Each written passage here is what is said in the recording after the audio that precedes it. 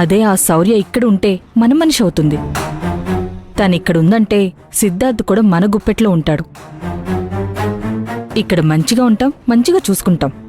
మనమేం చెయ్యాలనుకుంటున్నామో ఆ పనులన్నీ మెల్లగా చేసుకుంటూ పోతాం. అందుకే నేను వాళ్ళని ఇక్కడికి తీసుకురమ్మని చెప్పాను.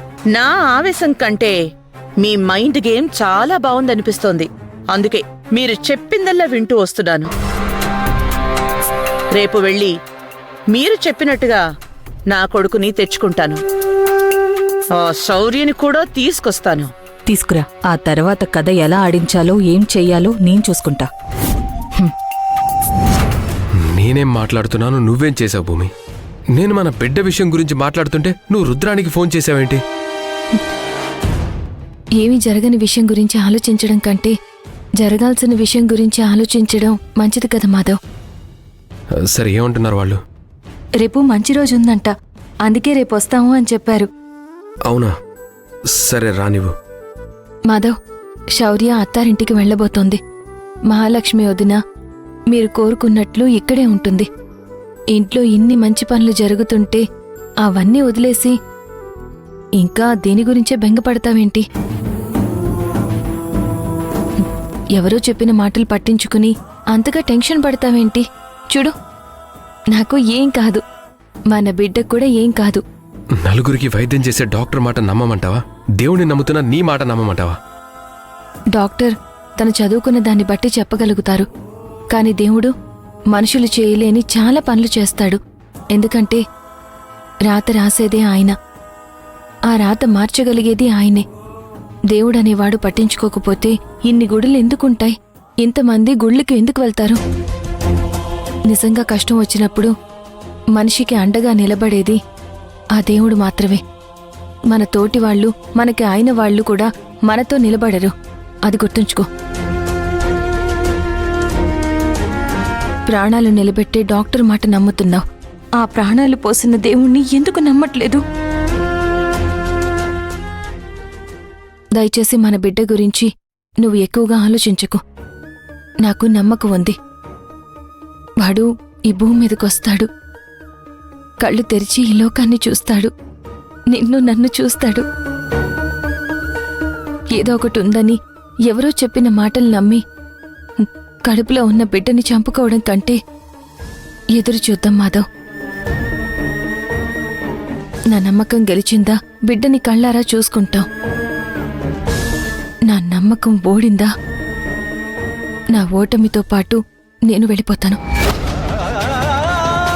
భూమి, ఏంటా మాటలు? నా బిడ్డకి ఈ లోకం చూపించలేనప్పుడు నేను మాత్రం ఈ లోకంలో ఉండడంలో అర్థమేముంది? ప్లీజ్ భూమి, ఇంకెప్పుడు అలా మాట్లాడొద్దు. నేనిలా మాట్లాడుతున్నానంటే కారణం నాకున్న నమ్మకమే. సరే, ఆ డాక్టర్ చెప్పిన మాటలే నమ్ము, అలాగే నువ్వు కట్టుకున్న భార్య మాటలు కూడా నమ్ము. నాకేం కాదు, కడుపులో ఉన్న నా బిడ్డ కూడా ఏం కాదు. అయినా నిన్ను వదిలిపెట్టి నేనెక్కడికి వెళ్తాను?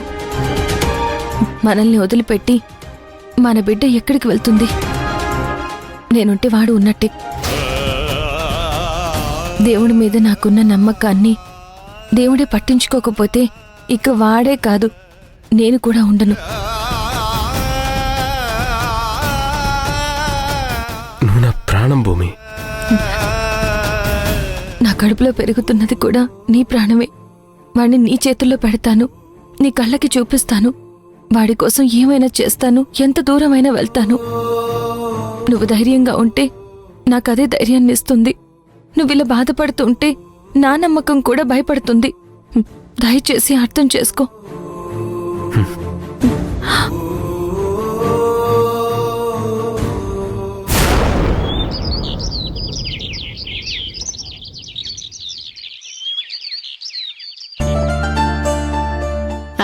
అవునరా. నమస్తే. రండి, కూర్చోండి.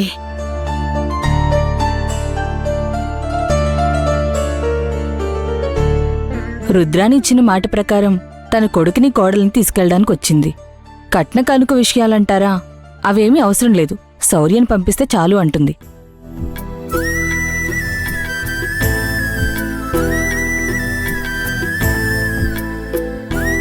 లేదులే అత్తయ్య, ఆడపిల్లని అత్తారింటికి పంపించేటప్పుడు పుట్టింటి తరపు నుంచి మేము ఖచ్చితంగా ఏదో ఒకటి ఇచ్చి పంపించాలి. అది రుద్రాని వాడికి ఇష్టం లేకపోయినా మా చెల్లి కోసం ఇవ్వాల్సిన బాధ్యత మాకుంటుంది కదా.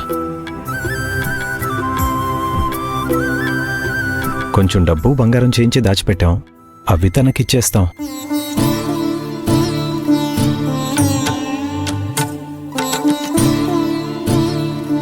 మీరేమిస్తారు అన్న దాని గురించి నేనెప్పుడూ ఎదురు చూడ్డం లేదు. మీరేదైనా మీ చెల్లెలకి ఇవ్వాలి అనుకుంటే మీ ఇష్టం, మీరిచ్చుకోండి.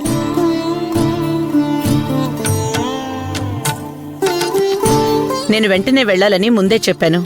ఏం భూమి, త్వరగా ఏర్పాట్లు చేస్తే మేం బయలుదేరతాం. ఇంతకీ నా కొడుకు కోడలు ఎక్కడా? లోపలున్నారమ్మా, పిలుస్తానుండండి. శౌర్య, మమ్మీ ఎప్పుడొచ్చావు? ఎరా బయలుదేరదామా? వెళ్దాం మమ్మీ. ఏం శౌర్య, మా ఇంటికి రావడం నీకు ఇష్టమే కదా? అదేంటమ్మా అలా అంటారు? తనకిష్టం లేకుండా ఎలా ఉంటుంది? తనేదో సరదాగా అందులే.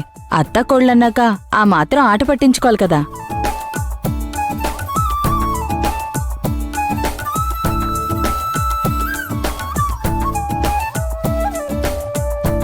ఇంత దూరం వచ్చారు కదమ్మా, భోంచేసి వెళ్ళండి. ఇంతకు ముందంటే మన మధ్య ఏ పరిచయం లేదు.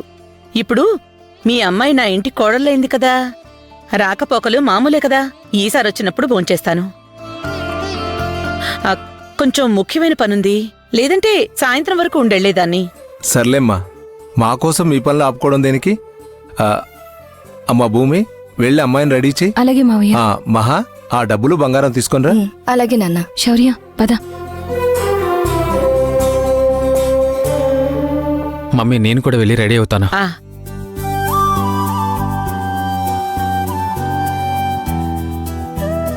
రాఘవ, పిల్లల కోసం అనవసరంగా పెద్దవాళ్ళం మనం గొడవ పడ్డట్టయింది. చివరికి వాళ్ల ప్రేమే గెలిచింది, చూసావా? గొడవలు పడాలని మేమెప్పుడూ అనుకోలేదు.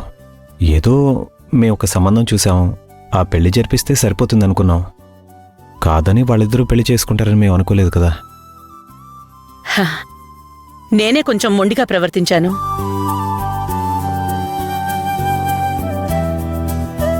సరే, జరిగిపోయిన వాటి గురించి మాట్లాడుకుంటే ఏమవుతుంది? శత్రువులు స్నేహితులైతే ఆ స్నేహం ఎప్పటికీ విడిపోదు అంటారు. ఇక్కడ స్నేహం కాదు, బంధుత్వమే ఏర్పడింది. ఇక జరిగిపోయిన దాని గురించి మాట్లాడడం ఎందుకు? జరగాల్సిన దాని గురించి మాట్లాడండి.